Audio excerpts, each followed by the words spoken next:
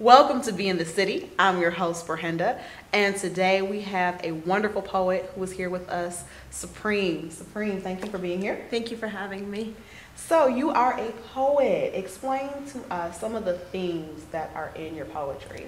A lot of my poetry has to do with identity. It has to do with belongingness, whether you are part of a group or whether you have a certain feeling towards how you project yourself and whether people's projections of you really deem worthy or not. So your poetry is very layered about your experiences in America. So if you could give our audience a glimpse into your background. My background is, my parents are ethnically from Syria, and I was born and raised in Boston, Massachusetts, so I have a little of the Arab experience as well as the American experience, coupled with the fact that I am Muslim by faith, and that has a lot to do with identity for me. And so you have a different experience of who you're with. When I go to the mosque, everyone is of a different ethnicity, so you kind of get a mixture of a bunch of different experiences at the same time. And speaking of experiences, what are we going to experience today with your poetry? Hopefully you'll experience a little part of myself. It has to do with my experience, my narrative, who I am, who I've become to be, and how I accepted who I am after different types of questions and answers that have been put forth to me. Wonderful. Well, please accept this small departure. When we come back, we'll have Supreme on the microphone.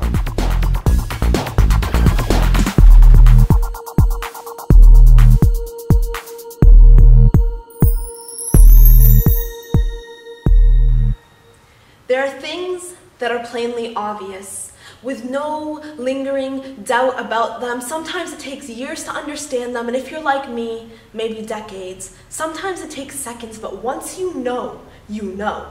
You know? But really, I don't. See, Reem was Reem, and that was it. I never realized that I was Arab until this year. Yes, this year, January 1st, 2013, it took me over 25 years to determine that fact when people asked me, Reem, where are you from? And Boston was not the right answer. Reem, what do you think about what's going on in the Middle East? And it has nothing to do with the fact that I'm a political scientist. Reem, when do you think you'll be going back home? And, well, that caused a head tilt, a look of utter, huh? Maybe I never internalized it. Maybe no one really pointed it out to me. Maybe, like Du Bois, it wasn't until I left Massachusetts and met others of my kind that I realized that I was an other, lumped into a group, constantly striving, culturally schizophrenic, stigmatized by the media, a love-hate relationship, a sense of double consciousness, a group identity that overlaps me, encompasses me, becomes me. I just don't know.